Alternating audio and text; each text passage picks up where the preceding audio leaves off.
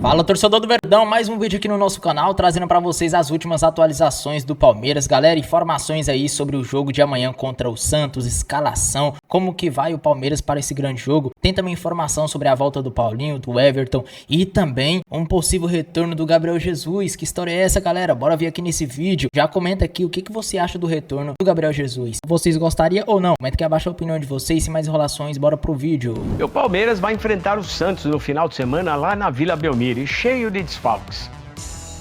O Palmeiras fez mais uma atividade aqui na academia de futebol antes do confronto contra o Santos. E a novidade desse treino é que o Everton avançou no cronograma de recuperação da fissura na mão direita e começou a trabalhar com bola. Mesmo assim, Abel Ferreira segue praticamente com 12 desfalques para o clássico de sábado na Vila Belmiro. Com tantas baixas, o Palmeiras contou na atividade desta quinta-feira com alguns garotos da base e deve usá-los para compor o elenco no banco de reservas. 2 do sub-20 do Verdão que já entraram em campo no time principal, o meio-atacante Eric Belé e o atacante Riquelme Felipe. E outro que ainda não estreou pelo time profissional, o volante Larson, que chega para completar uma posição bem desfalcada nesse jogo e tem chance de fazer sua primeira partida pelo time profissional, já que Lucas Evangelista está lesionado e o Andrés Pereira está suspenso. Estou muito feliz com a oportunidade de estar aqui no profissional. Esperava sempre por esse momento, né? Ainda a oportunidade ela não chegou de fato, mas eu estou muito tranquilo quanto a isso, trabalhando todos os dias para que quando a oportunidade apareça eu esteja pronto. O Palmeiras ainda tem mais uma atividade na tarde de sexta-feira, antes do duelo contra o Peixe. A gente lembra que o Alviverde é o líder do Campeonato Brasileiro com 68 pontos e leva vantagem sobre o Flamengo por conta dos critérios de desempate. Depois do Santos, o Verdão encara o Vitória na próxima quarta-feira. E o clube trabalha para trazer de volta a tempo os convocados que estão com as suas seleções. Mas pode ter outra dor de cabeça por conta do julgamento de Vitor Roque na segunda-feira. Antes dessa partida, o STJD marcou para essa data o julgamento por conta do post considerado homofóbico publicado pelo jogador depois da vitória sobre o São Paulo em outubro. Não, a cabeça tá tranquila. Acho que não vejo para uma suspensão, que eu vejo muitos falando, uma conversa educativa aí, acho que já é válida. Mas também queria falar que não foi nada por esse lado que muitos estão falando, por homofobia, nada. Foi só uma brincadeira ali que na hora postei, isso é maldade, mas estão levando para outro lado já, e quem achar isso, peço desculpa já de antemão. E não temos ser não, porque eu acho que os advogados do Palmeiras já estão trabalhando também e espero continuar ajudando o Palmeiras da melhor forma possível. Essa é uma pergunta para o palmeirense. É uma bela pergunta. Eles. Se tiver os dois lá, o Everton voltou. Eu escalo o Everton. Mas sem pestanejar. Eu também. Mas eu não tenho um pingo de dúvida. Dúvida. Eu vou te colocar um pingo de dúvida agora. Me coloque. Todos os jogadores perdem ritmo de jogo quando ficam muito tempo fora. Sim. Goleiro é ainda pior. Sim. E você colocar um goleiro que ficou, provavelmente ele vai completar um mês fora, como titular, sei lá, nos últimos 2, 3 jogos do Campeonato Brasileiro e numa final de Libertadores, eu acho o Everton um goleiraço. Acho que sai melhor com o pé. Acho que no 1 contra 1, 1x1, que a molecada fala, é melhor do que o Carlos Miguel. Sim. Só que o ritmo de jogo de goleiro é algo que me pega muito. Sabe o que eu faria, eu sendo Leila Pereira, presidenta do Palmeiras? Quando que ele passa a ter condição de jogo? Ontem ele fez um treino sem carga máxima, com um treino leve. Eu imagino que mais uma semana ele volta a treinar com os atletas. Eu não boto para treinar. Eu contrato o São José, o Taubaté, eu faço 3 jogos numa semana para ele jogar, ter ritmo de jogo. Revezo os meninos, mas os outros times, carga máxima. E boto o Everton para jogar, mas não tenho a menor dúvida disso. É que eu tenho um problema. Eu não confio, ainda não confio no Carlos Miguel, como eu não confio no Hugo. Eu acho que o Corinthians perdeu muito em não poder ter mais o Walter. O Walter, sim, para mim era o goleiro E esse menino que entrou no gol do Corinthians, me parece que passa mais segurança do que o... Então, eu tenho essa coisa. Eu não sei se é porque são muito grandões e eu acho que os dois têm uma dispersão que me preocupa muito. Às vezes eles se desligam dos jogos. Eu tenho uma certeza. Ontem estava em um outro programa e fiz uma enquete lá e deu quase 50-50. Entre o Everton e o Carlos Miguel. E aí, no meio que a gente vive hoje, nessa por acaso polaridade... um programa mais voltado para a massa palmeirense? É um programa mais matado. Então isso faz todo sentido. Deu 53-47. Eu tenho uma certeza, se jogar na final, Carlos Miguel tomar um gol, vamos falar, tinha que estar o Everton. Se jogar o Everton tomar o gol, tinha que estar o Carlos Miguel. Isso eu tenho uma certeza. Isso é inevitável. Muito bem. Arnaldo, rapidamente, o Everton ou o Carlos Miguel? Porque eu queria falar do Neymar em seguida. O Everton, aliás, vão esperar o Carlos Miguel contra o Neymar. Acho que a grande prova de fogo do Carlos Miguel é domingo na Vila Belmiro com o time desfalcado. Você, Mauro? Sábado, né? Carlos Miguel ou o Everton? O Everton, sempre. Eu também. Eu acho um goleiraço. Acho que ele inclusive... E para mim é o terceiro da seleção ainda. Acho muito bom. Eu não venho dúvida. Nossa, seu óculos caiu aqui. Eu ia pegar, tudo bem. Pode brincar. Olha, a gente falou que ia falar do Neymar e vamos falar do Neymar. O Neymar vai jogar. Eu não vou falar. O Neymar vai para jogo. Mas eu não vou falar do Neymar. E eu fiz a pergunta sério, e muita gente ficou em dúvida. Você, Juca, tem plenos poderes. Você manda no Santos. Manda no Vojvoda, manda em todo mundo. Mas não manda no Neymar pai. Não, manda em todo mundo, inclusive nas decisões a ser tomadas. A decisão que Palmeiras e Santos. O Neymar joga? No primeiro tempo, não. Ele não entra de titular. Enquanto isso, a gente vai tocando o barco por aqui, a gente vai falando do Palmeiras, né? A gente estava falando da questão do avião e tem também o esforço do Palmeiras de trazer outros convocados, sem ser os da seleção brasileira, para que eles atuem, inclusive já contra esse jogo contra o Santos no fim de semana, não é isso, Latifi? Será que tem chances de Flaco Lopes, que defende a seleção argentina, voltar para atuar contra o Santos? Pois é, Lu. O Palmeiras tem 7 convocados, né? E o único que pode estar à disposição para o jogo contra o Santos é o Flaco Lopes. Só que o Palmeiras ele definiu que vai fretar voo para todo mundo, mas não garante a presença dos atletas nos jogos porque tem muitas questões que podem influenciar no retorno, né? Por exemplo, na situação do Flaco, a Argentina joga amanhã, no início da tarde, contra Angola em Luanda, e todos os atletas da Argentina serão liberados. Então o Flaco poderia voltar a tempo. Ele vai pegar um voo fretado e aí seria uma corrida contra o tempo para ele pelo menos estar à disposição. O Palmeiras ele está tentando trazer o Flaco para o jogo contra o Santos, não para já iniciar como titular. Se o Palmeiras conseguir ter pelo menos ele entre os relacionados, já vai ser uma vitória para a direção do Palmeiras, porque o desfalque no setor ofensivo é muito grande, né? Só da data FIFA foram 4 atacantes convocados, o Sousa, o Facundo, o Vitor Roque e o Flaco.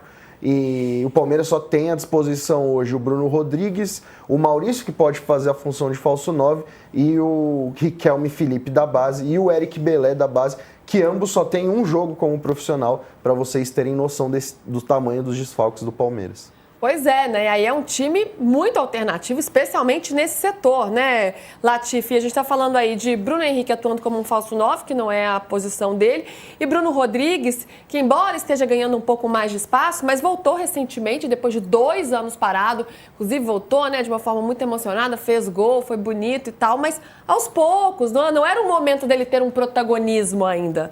PVC, dá para ir jogar um clássico na Vila, por mais que o Santos esteja mal, com esse ataque? Eu acho que é possível o Palmeiras ganhar o jogo do Santos lá, mas o jogo não tem favorito. É diferente de Sport e Flamengo. O Flamengo tem um jogo contra o Sport, que é o jogo, teoricamente, do rebaixamento matemático do Sport. O Sport fez 2-0 no Atlético, tomou 4-2. Com todo respeito à torcida do Sport, a gente não tem como olhar para o Sport contra o Flamengo e achar que o Sport vai atropelar o Flamengo na Arena Pernambuco. E, além de tudo, o Yuri Ramon, o presidente do Sport, disse que não venderia mais mando de campo, disse depois de ter vendido para a Arena Pernambuco, que vai estar com uma carga mais rubro-negros de João Pessoa, de Natal, de Salvador, que vão para o Recife ver o jogo, do que de torcedores do Leão. Então o Flamengo é favorito. O Palmeiras pode ganhar o jogo, mas o jogo é duríssimo. clássico e vice-versa, com perdão da redundância. Agora, eu acho que o Bruno Rodrigues, eu vejo mais o Bruno Rodrigues de centroavante e o Maurício como ponta direita, meia ponta, do que o contrário. Sim. Pode inverter em alguns momentos, mas acho que o Bruno Rodrigues é o centroavante. E o Maurício já jogou assim no primeiro semestre, né? Também. Então, eu acho que, para mim, o time, a lógica do time pode ter surpresa, pode ter o Larsson no meio campo, por exemplo, pode eventualmente ter o Luigi de centroavante, que não é a lógica, mas eu acho que a lógica do time é Carlos Miguel, Kelvin, Murilo, Mikael e Jefté, Bruno Fux e Aníbal, Maurício, Rafael Veiga e Felipe Anderson e Bruno Rodrigues solto na frente. É um meio de campo também, né, bem mexido, né, por conta dos desfalques. E Flaco Lopes joga em Luanda, em Angola, na sexta-feira, 13h. Luanda.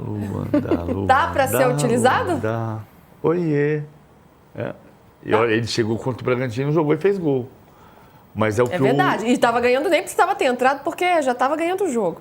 Luanda eu nunca fui para Angola, mas acho que são 8 horas, né? Porque se você vier num voo fretado de Luanda para o Brasil... 8h25, segundo o nosso amigo Google. Fui bem, hein? Fui bem, errei por 25 minutos. Dá para vir numa boa, dá para sair de lá meia-noite, vir dormindo, dependendo do voo fretado... E chegar em São Paulo às 8 da manhã. E aí tem a estrada até Santos. Por isso que eu estava falando sobre esse cenário de ser complexa essa força-tarefa do Palmeiras para trazer o Flaco. E trazer ele para pelo menos estar no banco já seria uma vitória. E pensando nos outros convocados, também vai ser muito duro, porque... Paraguai e Uruguai enfrentam as mesmas seleções, México e Estados Unidos. Só que ambos entram em campo na terça-feira à noite. O Palmeiras enfrenta na quarta vitória. Então, o Palmeiras, quando trouxe essa informação para todo mundo de que vai fretar voo para todo mundo, para os convocados, eles não garantiram a presença de nenhum atleta atuando no jogo, porque são muitas horas de voo, um cansaço muito grande, então vai ficar essa questão até o dia do jogo. Mas tem uma coisa do Flaco que é mais relevante que a gente não considerou aqui, que é se ele joga ou se ele não joga o jogo da Argentina contra a Angola. Porque se ele jogar 10 minutos é um cenário, se ele jogar 80 minutos é outro cenário, se ele não jogar é um terceiro cenário. Né? A lógica é que ele jogue, porque ele jogou o último jogo. Então a lógica é que ele jogue, meia hora. E aí tem um cenário intermediário. Se ele não joga e ele entra num voo fretado e consegue chegar em São Paulo às 8 da manhã e dormir para um jogo às 9 da noite, ele pode estar bem. E aí ele pode jogar o jogo inteiro. Mas a variável, tem todas as variáveis que a gente cogitou, mas tem uma que é muito importante. Ele joga quanto tempo? Ô PVC, desculpa, Lu, te cortar. Tem uma coisa que ajuda o Palmeiras nessa questão com o Flaco, porque nessa convocação da seleção argentina, tem um camisa 9 que a imprensa argentina e muitos torcedores querem ver em campo, que é o Penicelli, um atacante que era do River, ele é o artilheiro da Ligue 1, da Liga Francesa, e existe uma comoção muito grande. Então, se ele receber muitos minutos e o Flaco for aquele jogador que jogar uns 30 só para ajudar, é algo bem positivo pro lado do Palmeiras, de poder ter o principal jogador, né, um dos principais jogadores, de volta em um jogo que tem tantos desfalques. Seria ótimo, né? Para confirmar aí, ter uma vitória e se manter na liderança, né? Confirmar essa primeira colocação aí na próxima rodada. Qual foi sua linha de defesa do Palmeiras que você falou, PVC? Eu falei Carlos Miguel, Kelvin, Murilo, Mikael e Jefté. E o Bruno Fux de primeiro volante.